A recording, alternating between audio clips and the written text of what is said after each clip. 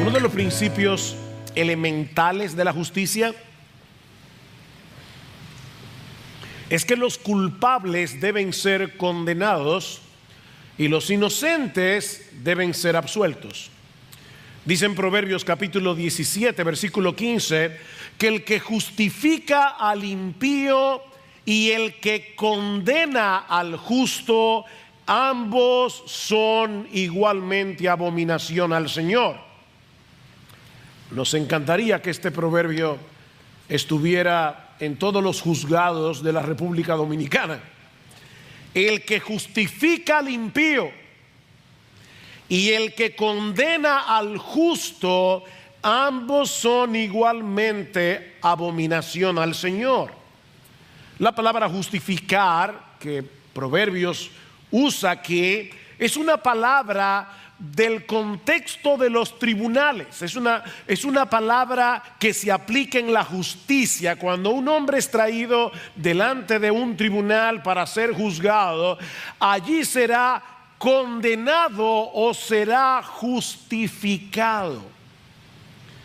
De manera que lo que este texto de Proverbios nos dice es que Dios aborrece a los jueces que absuelven o justifican al culpable y condenan al inocente.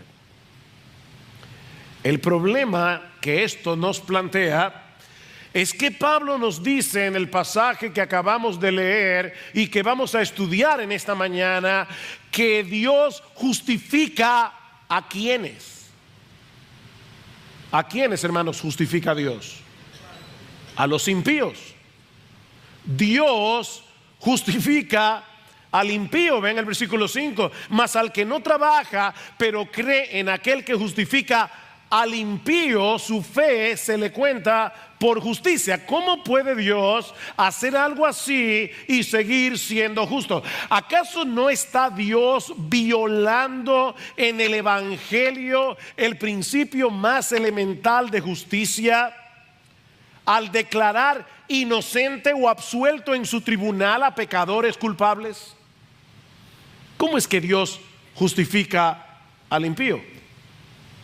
Bueno, como hemos visto ya en los sermones anteriores de Romanos, que hemos estado estudiando desde hace ya algunos meses, eso es precisamente, ese es el dilema que el Evangelio resuelve. Dios no tuvo que echar a un lado su justicia, Dios no tuvo que rebajar los estándares de su ley para salvarnos, sino que envió a Jesucristo, la segunda persona de la Trinidad, quien se encarnó, se hizo hombre, cumplió perfectamente la ley en nuestro lugar y luego pagó por nuestras transgresiones, muriendo por nosotros en la cruz.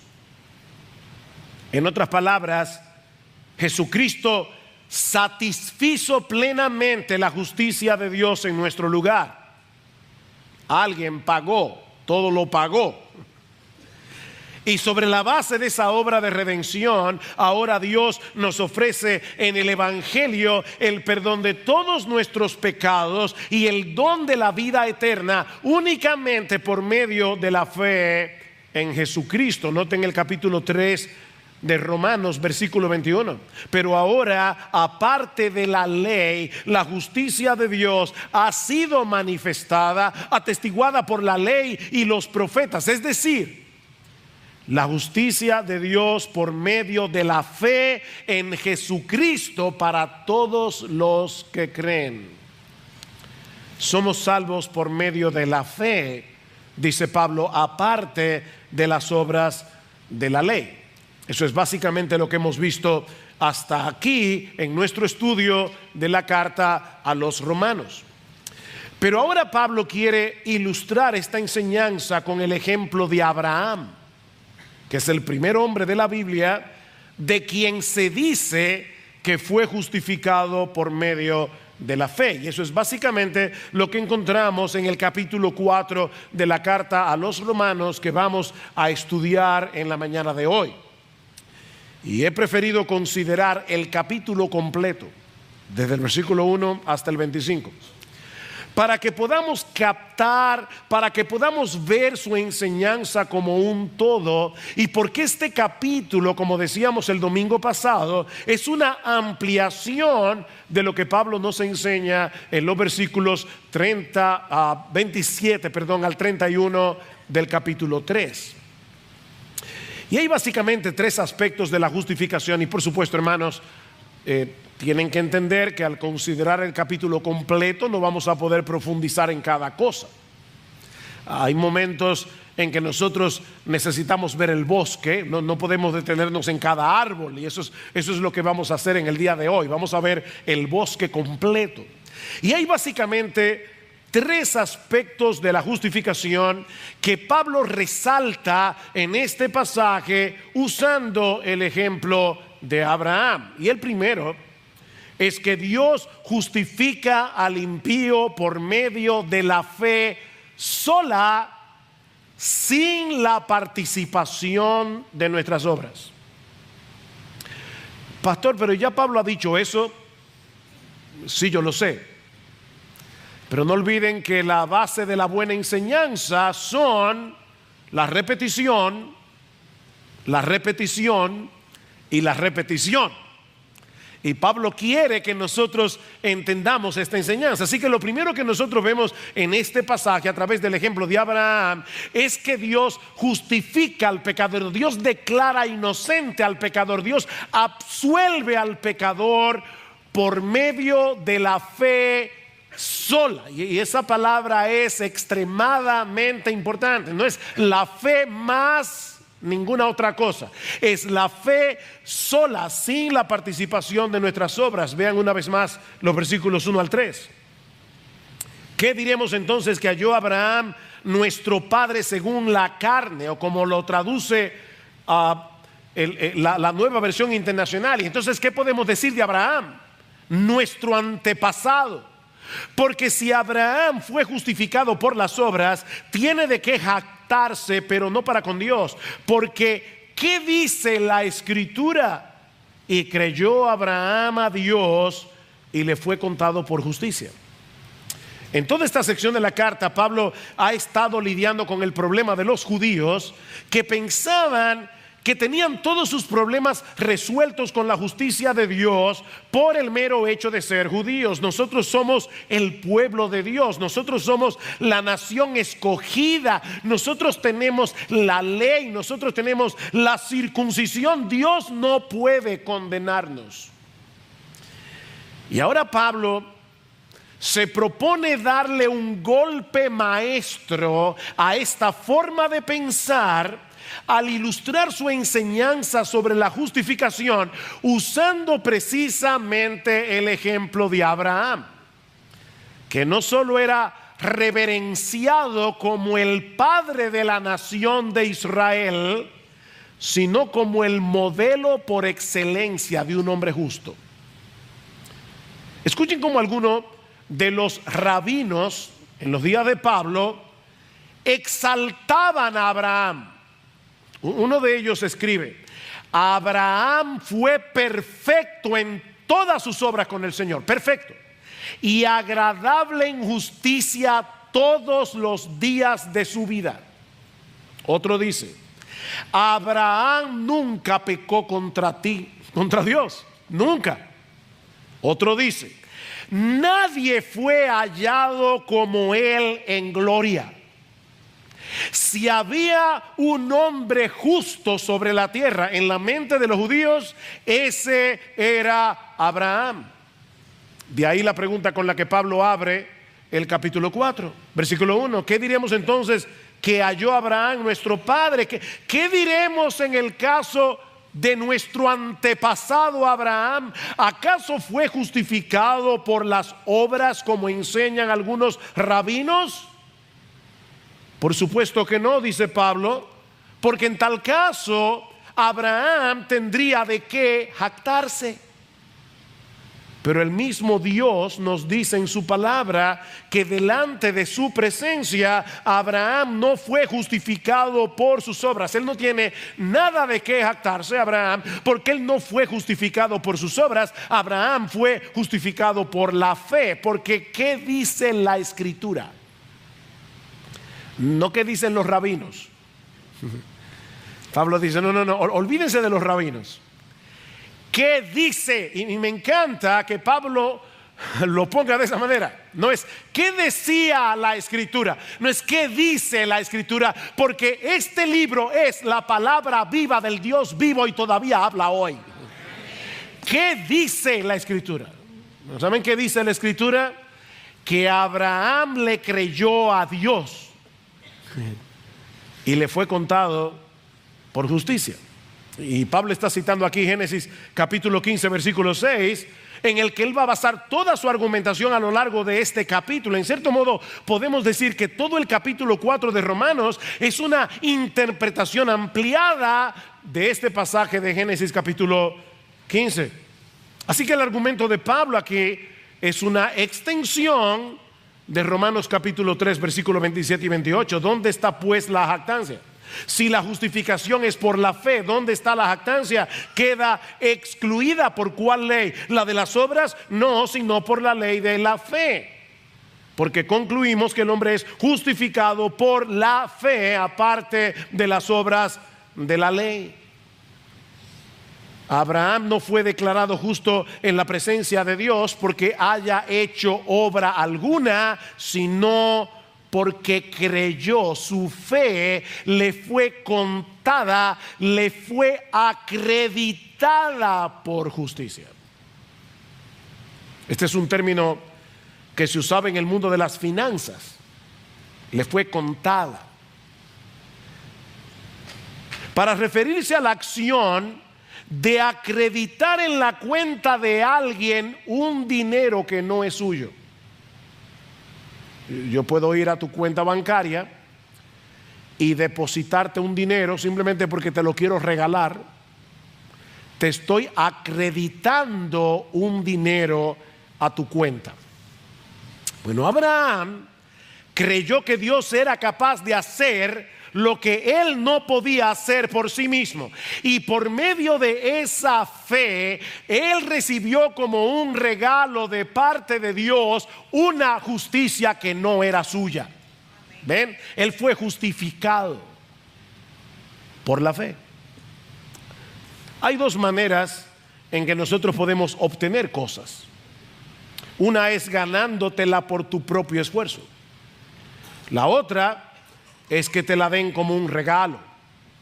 ¿Ven? Una es obra, la otra es gracia. Ahora, no puede ser que tú recibas algo por obra y por gracia al mismo tiempo. La obra y la gracia, el mérito y la gracia son mutuamente excluyentes. De ahí la comparación de Pablo en los versículos 4 y 5. Ven el versículo 4. Ahora bien, al que trabaja, el salario no se le cuenta como favor. El salario no se le cuenta como gracia, sino como deuda. El que trabaja en una empresa a final del mes recibe un cheque, que no es otra cosa que el pago que se le debe por su trabajo. Ese cheque no es el fruto de la generosidad del patrón. Eso no es generosidad. El sueldo es una obligación de parte de la empresa, no es un regalo. Trabajaste durante un mes completo y ahora deben pagarte lo que te ganaste con tu esfuerzo. Bueno, la justificación no funciona de esa manera. Versículo 5.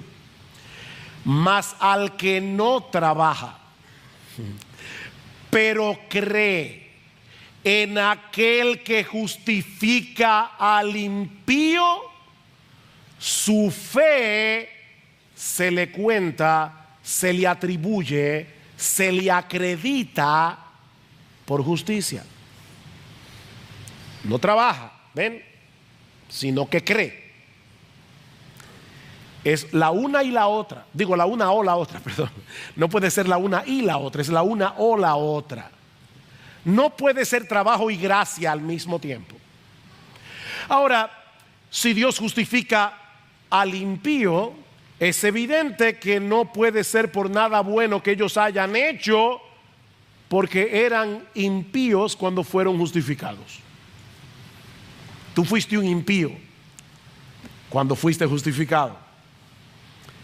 Pastor, es que yo me convertí a los 5 años. Eras un impío cuando fuiste justificado. Pero Dios justifica al impío. De manera que la justificación del pecador no puede ser por las obras. Tiene que ser obligatoriamente por medio de la fe. ¿Saben por qué? Porque la fe no es una obra meritoria. Por eso es que no tenemos nada de qué jactarnos. No es una obra meritoria, es una transferencia de confianza. Nosotros vamos a Dios sin nada que ofrecer para aceptar humildemente el regalo que Él nos ofrece por medio de su Hijo, simplemente porque Él lo prometió. Ven, y yo te voy a dar la justicia de mi Hijo gratuitamente por gracia. No puede ser tan simple, pues no lo vas a tener. Pero aquí viene otro que dice, ¿de verdad? Sí, ven, aquí está como un regalo la justicia de mi Hijo. Yo creo, Señor, no tengo nada que ofrecer, soy un pecador, soy un impío, pero dámelo, Señor, lo que tú me estás ofreciendo de pura gracia, gratuitamente. Aquí está, hijo mío. Aquí está, ya fuiste justificado. Eso es fe. Al que confía de esa manera, Dios le acredita en su cuenta la justicia perfecta de su Hijo. Al que no conoció pecado, por nosotros lo hizo pecado, para que nosotros fuésemos hechos justicia de Dios en Él. Nosotros le damos nuestro pecado a Jesús. Jesús nos da su justicia por medio de la fe. Y para remachar su argumento, Pablo se vale de otra ilustración. El ejemplo del rey David, el más grande de los reyes de Israel. Ven, Abraham y David, versículo 6. Como también David habla de la bendición que viene sobre el hombre, a quien Dios atribuye. Aquí está la palabra otra vez. Le fue contada, atribuida, acreditada. David habla de la bendición que viene sobre el hombre, a quien Dios atribuye, a quien Dios acredita justicia aparte de las obras. ¡Qué bendición! ¡Qué bendición! Dios acredita justicia sin obras.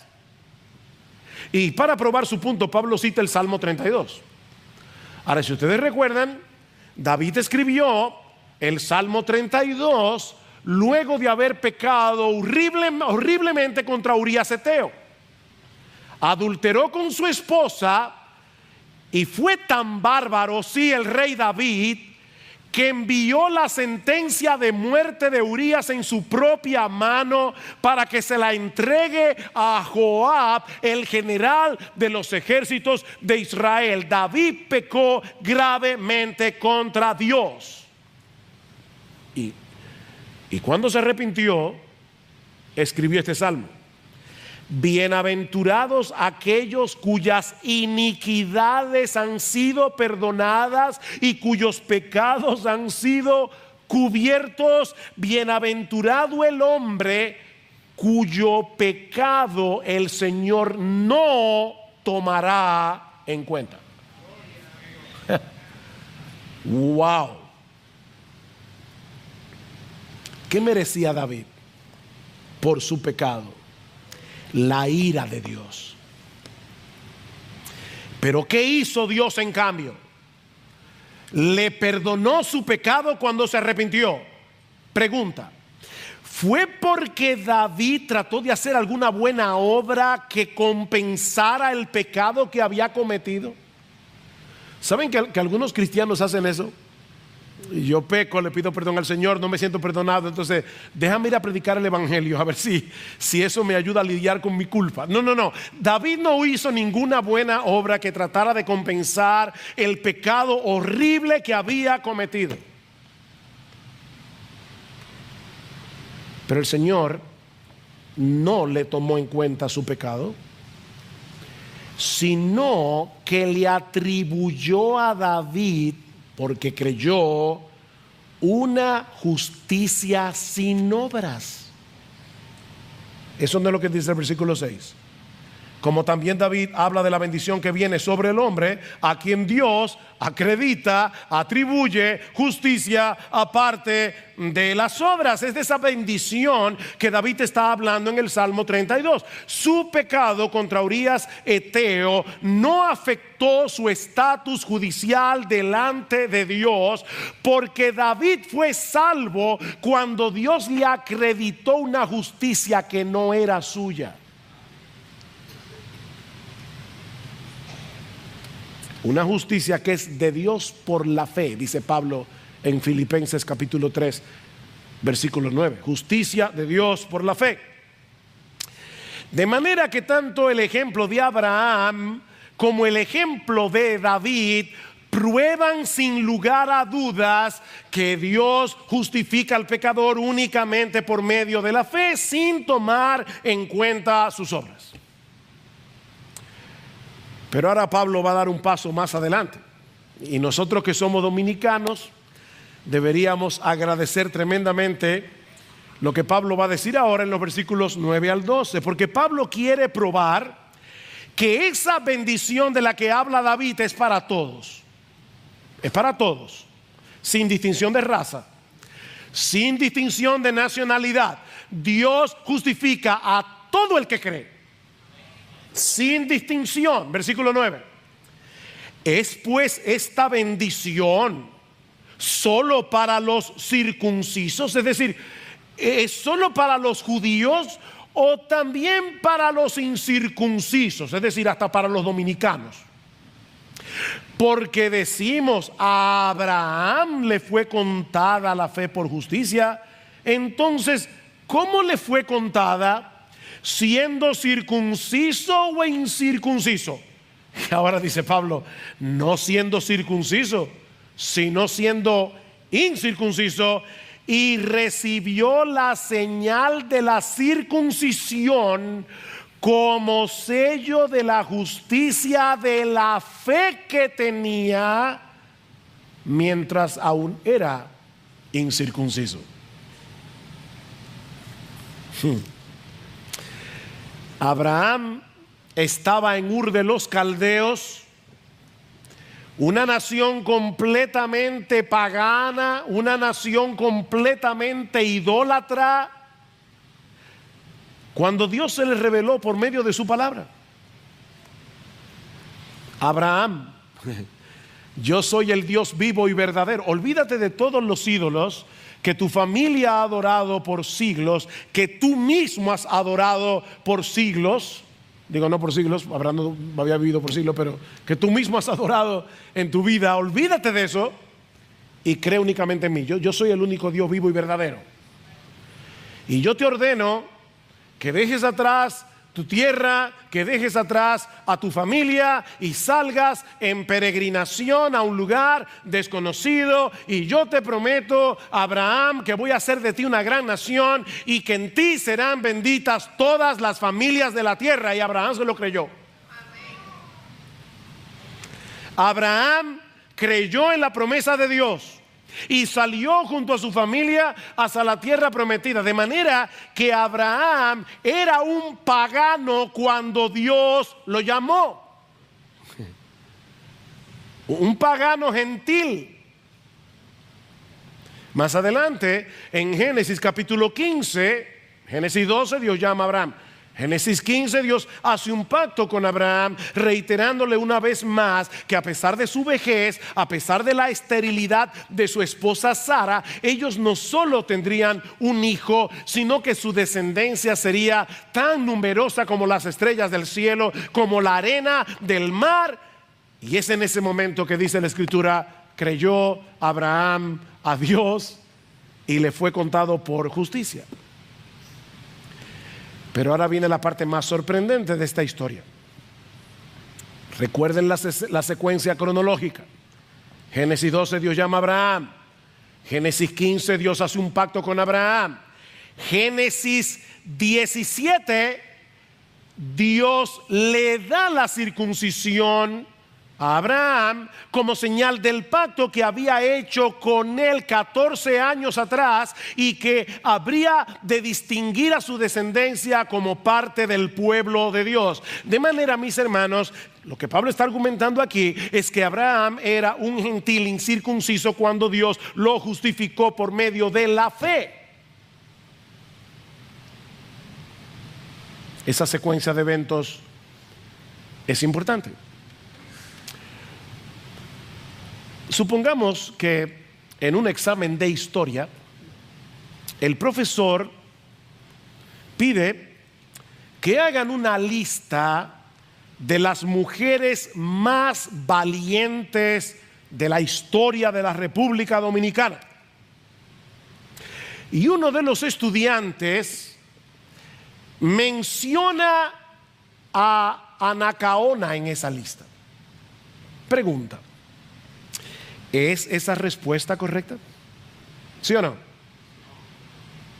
No, no es correcta, porque en el tiempo de Anacaona la República Dominicana no existía. ¿Ven? Ella vivió en esta tierra, pero nunca fue dominicana. La cronología de eventos es importante. Pues en una forma similar, Abraham es el padre de la nación de Israel, pero cuando él fue justificado, él no era judío. Él es el padre de la nación, pero fue justificado siendo gentil. Él era un gentil incircunciso cuando Dios lo justificó por medio de la fe. Y es por eso, dice Pablo, que Abraham es considerado como el padre de todos los creyentes, sean judíos o gentiles. Versículo 11, otra vez. Y recibió la señal de la circuncisión como sello de la justicia de la fe que tenía mientras aún era incircunciso, para que fuera padre de todos los que creen sin ser circuncidados, a fin de que la justicia también a ellos les fuera imputada, les fuera acreditada por la fe. Y padre de la circuncisión para aquellos que no solamente son de la circuncisión, es decir, no solamente son judíos, sino que también siguen en los pasos de la fe que tenía nuestro padre Abraham cuando era incircunciso. Un judío circuncidado en el día de hoy que no cree en Jesús no es salvo. Eso es lo que Pablo está diciendo. No, la promesa es para aquellos que siguen los pasos de Abraham por medio de la fe. Es el argumento de Romanos 3, 29. Ven como decíamos el domingo pasado, hay una correspondencia entre el capítulo 3 y el capítulo 4. ¿Qué dice Pablo en Romanos 3, 29? ¿O es Dios el Dios de los judíos solamente? ¿No es también el Dios de los gentiles? Sí, también de los gentiles, porque en verdad Dios es uno. Hay un solo Dios. Hay un solo Dios, no es uno por nación. Algunas personas dicen, pastor, pero si yo hubiera nacido en un país musulmán, yo habría creído que el Dios verdadero es Alá y no creería en Jesús. Sí, probablemente. Pero eso no elimina el hecho de que el único Dios vivo y verdadero es el que se revela en la Biblia, que es el Dios trino, Padre, Hijo y Espíritu Santo. No importa el lugar donde tú nazcas, hay un solo Dios. Y ese único Dios justificará por la fe a todo aquel que cree. Es por la fe, solamente por la fe. Pero ahora Pablo quiere mostrarnos de qué tipo de fe que él está hablando. Así que él va a hacer un contraste entre la ley y la fe para mostrarnos a través del ejemplo de Abraham que Dios justifica no al que se esfuerza en guardar la ley, sino a todo aquel que cree en su promesa de salvación en Cristo. Y miren cómo lo hace. Versículo 13. Porque la promesa a Abraham o a su descendencia de que él sería heredero del mundo no fue hecha por medio de la ley, sino por medio de la justicia de la fe. Otra vez la cronología es importante. Es más que evidente que la promesa que Dios le dio a Abraham no podía depender de la obediencia a la ley de Moisés, por una razón muy sencilla. ¿Cuándo vino la ley de Moisés? 430 años después de Abraham. Así que evidentemente esa promesa no podía depender del cumplimiento de la ley como pensaban los judíos. Y es como si Pablo le estuviera diciendo: pero es que ustedes no leyeron su Biblia. Esa ley vino mucho tiempo después.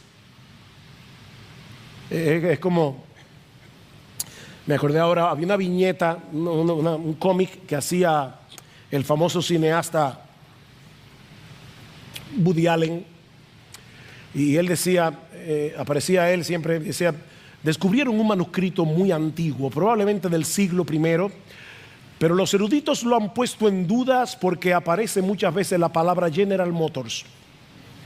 Evidentemente no encaja, es anacrónico. Bueno, lo que Pablo está diciendo aquí es: ¿cómo ustedes pueden pensar siquiera que Abraham fue justificado por la ley? Eso es anacrónico. Ese es el argumento que Pablo va a dar en Gálatas. La ley vino mucho tiempo después. Aparte de que si el cumplimiento de la promesa fuera por nuestra obediencia a la ley, dice Pablo, eso hace nula la promesa. Versículo 14. Porque si los que son de la ley son herederos, vana resulta la fe y anulada la promesa. ¿Cómo así? Ok, déjenme, niños, déjenme ilustrar esto para que ustedes lo entiendan. Y si ustedes lo entienden, yo espero que los que son un poquito mayorcitos también lo entiendan. Imagínate que tu papi te promete una bicicleta para Navidad. Y tú estás ahí esperando que llegue el 25 de diciembre. Llega el 25 de diciembre, cero bicicleta. Y tú le dices: papi, ¿qué pasó? Y tu papá te dice: lo siento, pero es que tú sacaste malas notas en tus exámenes. Pero es que tú no me dijiste que nada de los exámenes. Si tú me hubieras dicho: si sacas buenas notas en los exámenes, te voy a dar una bicicleta. Eso es ley. Pero eso no fue lo que tú me dijiste. Tú me dijiste que me ibas a regalar en Navidad una bicicleta. Eso no depende. Yo no sabía nada de mis notas. Tú hiciste una promesa. Esa promesa depende de tu palabra. Eso fue lo que tú me prometiste. Eso es exactamente lo que Pablo está diciendo aquí. Si es por la obediencia a la ley, entonces se anula la promesa.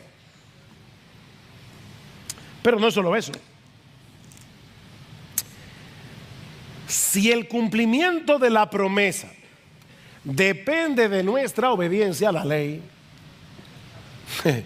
estamos en graves problemas, porque nadie puede obedecer esa ley. Eso es lo que Pablo ha demostrado ya en los capítulos anteriores. Vean el versículo 15. Porque la ley produce ira de Dios.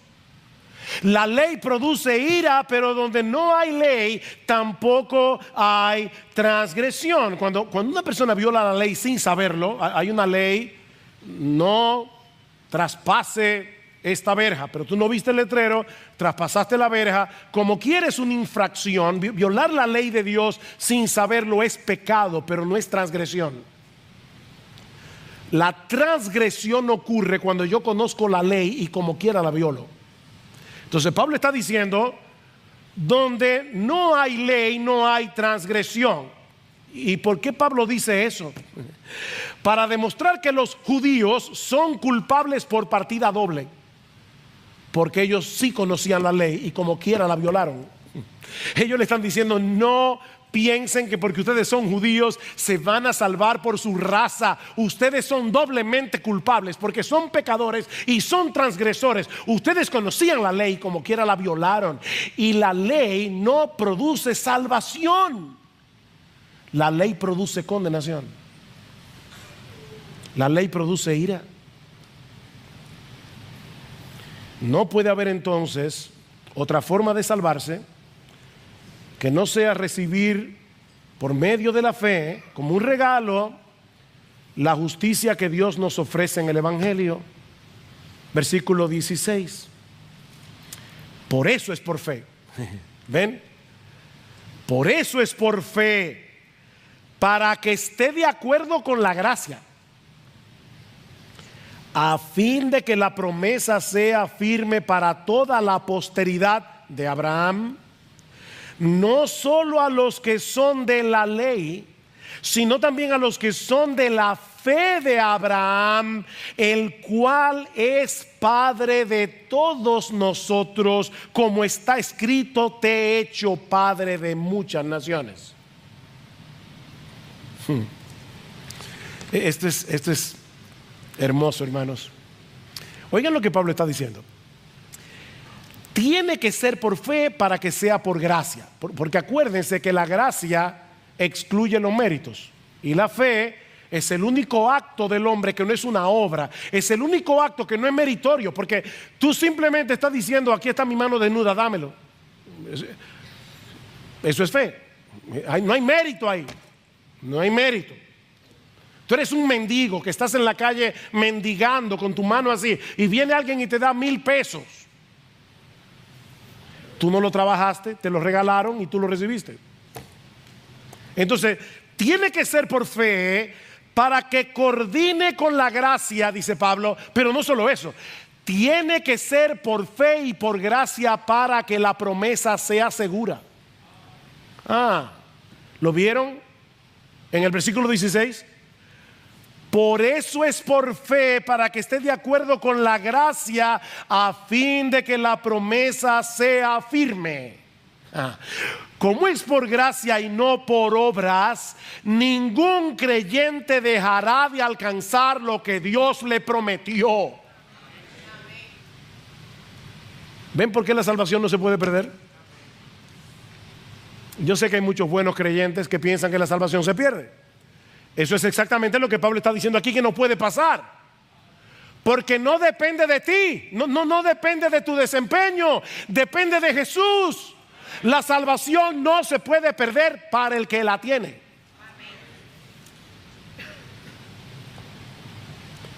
Como es por gracia y no por obras, ningún creyente dejará de alcanzar lo que se le prometió. Eso no tiene nada que ver con nuestro desempeño, eso no tiene nada que ver con nuestra nacionalidad, sino con lo que Dios ha prometido por gracia, dice Pablo, a todo aquel que cree. Ahora, ¿cuál fue la promesa que Dios le hizo a Abraham en Génesis 15? ¿Recuerdan?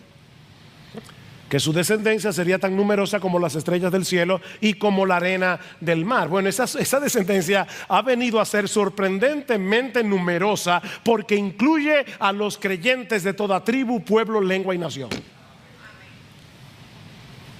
Por eso, no sé si notaron en el versículo 13, pero dice allí que Abraham fue hecho heredero ¿de qué? De Canaán. Abraham fue hecho de un pedacito de tierra en Palestina. ¿De qué fue hecho heredero Abraham? Del mundo, mis hermanos, del mundo, porque ahí estábamos todos nosotros. Él es el Padre de todos los que creen. Y hay alguna gente que todavía va a Israel pensando que si va a esa tierra y la pisa, le va a caer una bendición especial. Óyeme bien, ya no depende de ni en este monte ni en Jerusalén adoraréis al Padre, porque ahora la verdadera tierra prometida y el verdadero templo es Jesucristo. Y si tú estás en Jesucristo, tienes la bendición de Dios aunque estés en China.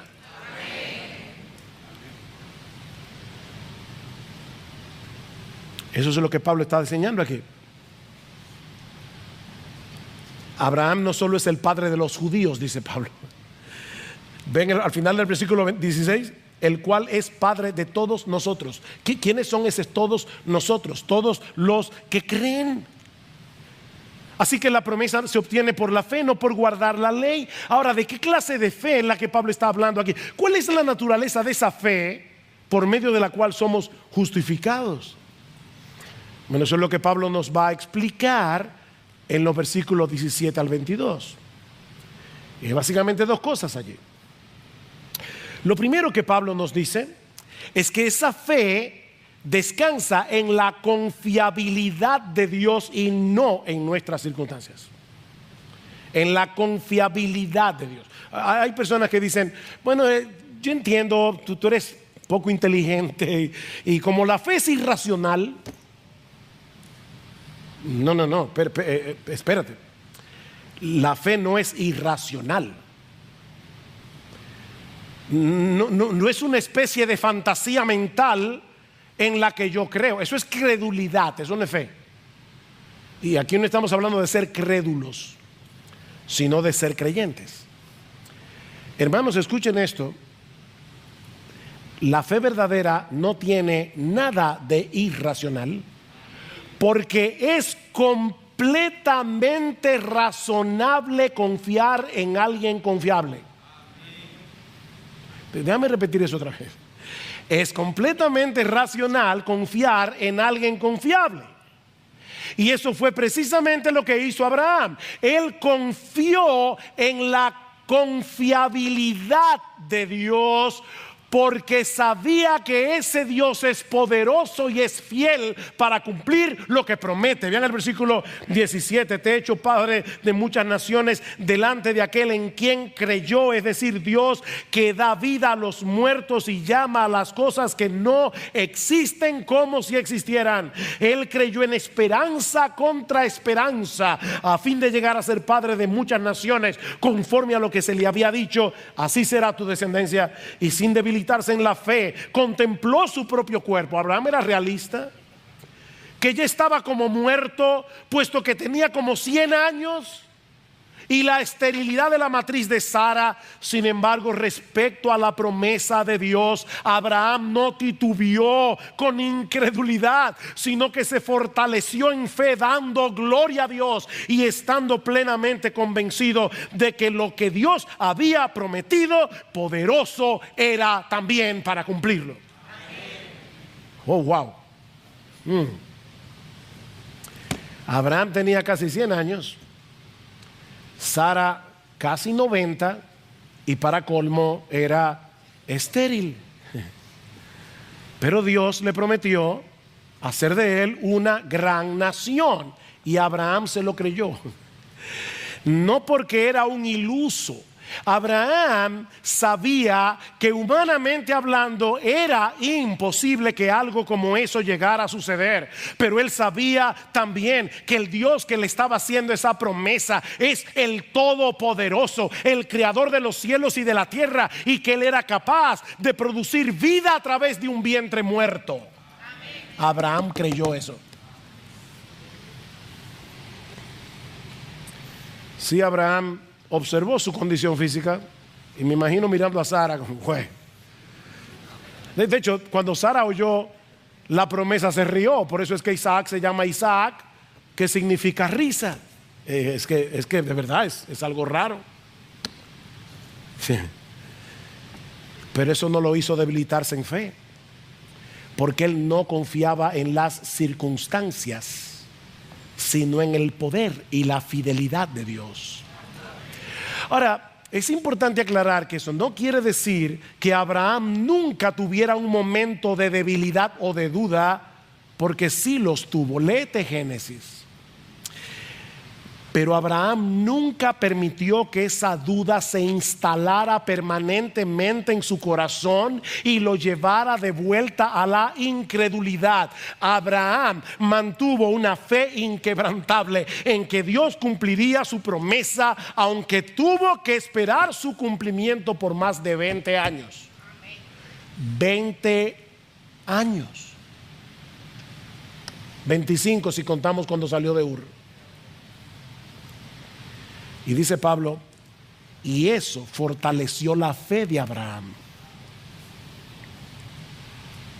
Cuando Abraham tuvo que enfrentar el conflicto entre la promesa de Dios y la evidencia física de su propio cuerpo y el de su esposa, él decidió confiar en que Dios se lo había prometido, y al fortalecer la fe le dio gloria a Dios. Le dio gloria a Dios. La verdadera fe no se glorifica a sí misma. sino al objeto de su fe. ¿Dónde está la jactancia? Queda excluida. ¿Por cuál ley? La de las obras no, sino por la ley de la fe. La fe de Abraham no le da gloria a Abraham, sino a Dios, que es poderoso y fiel para llevar a cabo lo que él promete. ¿Saben por qué nuestra fe le da gloria a Dios? Y eso no quiere decir que nuestra fe haga a Dios más glorioso. No, Él no puede ser más glorioso de lo que Él ya es. Pero nuestra fe es lo que proclama delante de todo el mundo que nosotros creemos que nuestro Dios es capaz de hacernos el bien que Él promete. No solo porque Él tiene el poder de hacer lo que Él dice, sino porque su corazón ya está inclinado a bendecirnos. No es solo poder, es fidelidad. Nuestro Dios nos ama. Él quiere bendecirte más de lo que tú quieres su bendición. Y cuando nosotros confiamos en Dios, esa fe le da gloria a Él. Y mientras más difícil, oiga bien, mientras más difícil sea el cumplimiento de lo que Él promete, mayor será el despliegue de su gloria. Niños, otra vez, niños, óigame, niños. Vamos a suponer que tú tú tienes 3 años de edad, tú no sabes nadar, estás en el borde de la piscina, tu papi te dice: ven, hijo mío, tírate. Está en la parte más honda de la piscina, tírate. La piscina está llena de gente mirando al niño. Si el niño decide tirarse en el brazo de su papá, él va a hacer quedar muy bien a su papá, porque él está diciendo: yo confío en mi papi, así que me voy a tirar, él me va a agarrar. Ahora, ¿tú quieres darle mayor gloria? Te lo voy a poner más difícil. Tú tienes 4 años, tampoco sabes nadar, estás ahí mirando la piscina, pero tu papá no está ahí. Tu papá está en el medio de la piscina y hay un perro bravo que está tratando de colarse al patio, y tú le ves los colmillos y el perro está a punto de entrar. El niño está muerto de miedo. El padre en medio de la piscina ve lo que está pasando y le dice al niño: tírate, que yo soy lo suficientemente rápido nadando como para llegar a ti antes de que te ahogues. Si ese niño decide tirarse, le va a dar mucha gloria a su papi. Y cuando él se tira, él inmediatamente siente los brazos fuertes de su papá sosteniéndolo y sacándolo del agua. Ven, la fe le da gloria a Dios. Y mientras más difícil lo que Él promete, mayor la gloria.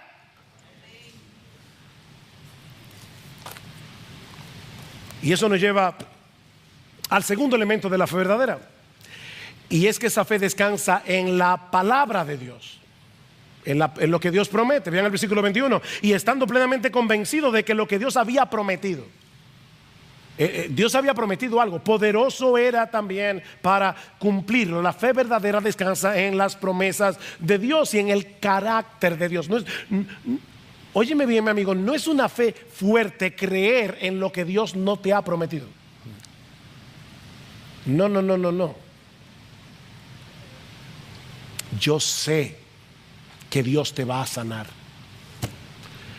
porque yo creo en Dios. Sí, pero el problema es que Dios no ha prometido sanar a todos los cristianos. Así que tú estás creyendo en algo que Él no prometió. ¿Ven el punto? La fe, lo que Dios sí ha prometido, es que Él te va a bendecir sanándote o dejándote enfermo, pero Él te va a bendecir. Él va a hacer que eso obre para tu bien como sea. Si tú crees eso, tú de verdad estás descansando en la promesa de Dios y le estás dando gloria a Dios. Es creer en su palabra. ¿Tú quieres crecer en fe? Conoce mejor a tu Dios por medio del conocimiento de su palabra, y aférrate a lo que tú conoces de Él a pesar de tus circunstancias. Abraham se aferró al conocimiento que él tenía de Dios, y eso es lo que hace la verdadera fe.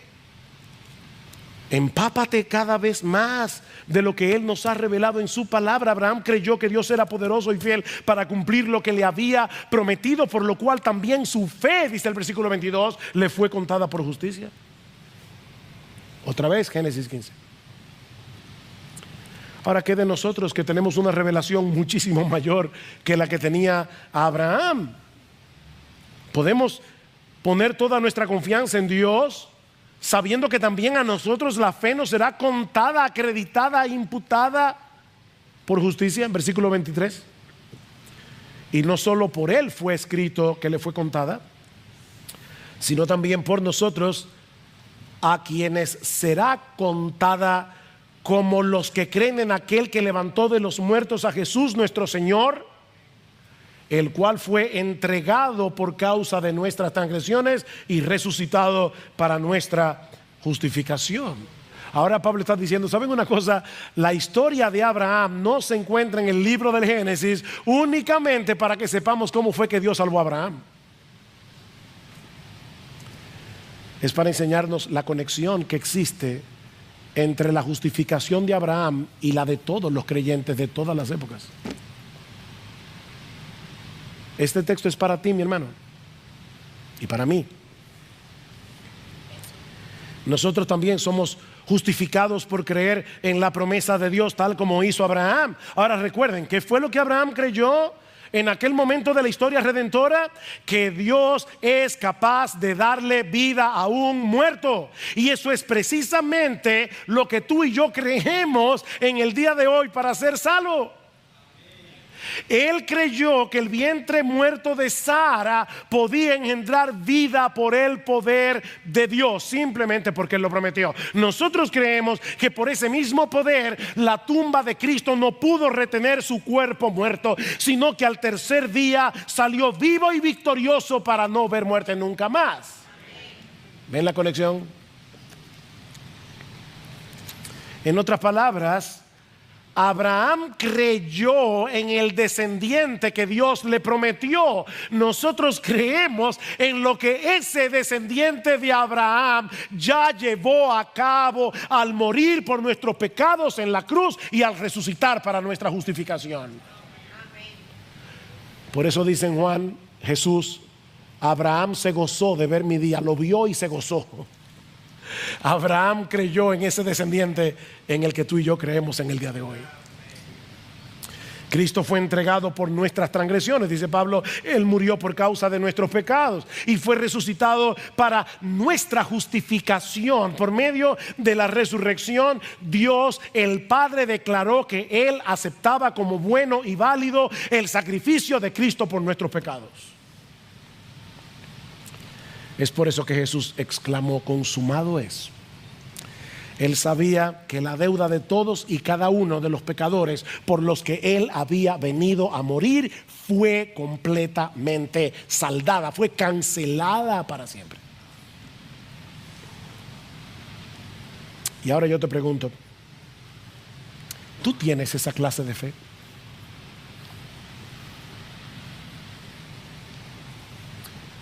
¿Has dejado de confiar en ti mismo para descansar enteramente en ese descendiente de Abraham?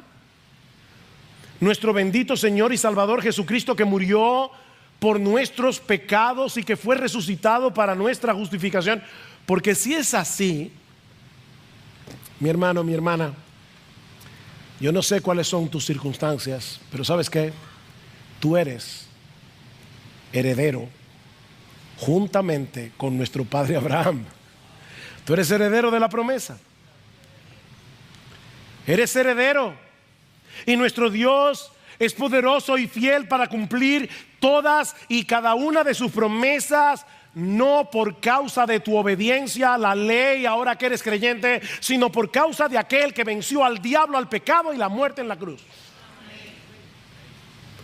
Por eso Pablo dice que el cumplimiento de las promesas de Dios, 2 Corintios 1:20, dependen de Jesús. En Él, todas las promesas de Dios son sí y amén. En Jesús. Él prometió que todas las cosas obran para el bien de aquellos que le aman. Mi hermano, mi hermana, tú puedes estar seguro de que así será. Él lo prometió. Aunque tú no tengas la menor idea de lo que Él está haciendo, Él lo prometió. Nuestro Dios lo controla todo y Él prometió que todas las cosas obran para bien de aquellos que aman a Dios. Y ese bien es hacernos como Jesús. Él dice en su palabra que si confesamos nuestros pecados, Él es fiel y justo para perdonar nuestros pecados y limpiarnos de toda maldad. Has pecado, confesaste tu pecado. Mi amado hermano, créele a Él, no a tu complejo de culpa. El perdón se recibe por fe. Créele a Dios que Él es fiel y justo para perdonar nuestros pecados, y Él ya castigó a Jesús por el pecado que tú cometiste. Por eso es que Él es fiel y justo. Él no puede castigar el pecado dos veces. Créele a Dios. Él promete completar en nosotros la buena obra que comenzó cuando nos convertimos, cuando vinimos a Jesús en arrepentimiento y fe. Óyeme, mi hermano, mi hermana, tú puedes estar completamente seguro que Él lo hará. Yo sé que tú te ves tan débil. Él lo hará porque Él lo prometió. Mi amado hermano, no vivas tu vida cristiana a la luz de las circunstancias que te rodean, sino amparado en la promesa de Dios por medio de la fe, porque Él es poderoso y fiel para cumplir todo lo que ha prometido. Y de esa manera le darás gloria a Dios a través de su vida, cuando tú sigas confiando en Él a pesar de los obstáculos, a pesar de las dificultades, a pesar de las pruebas, a pesar de las aflicciones. Nuestro Dios es fiel.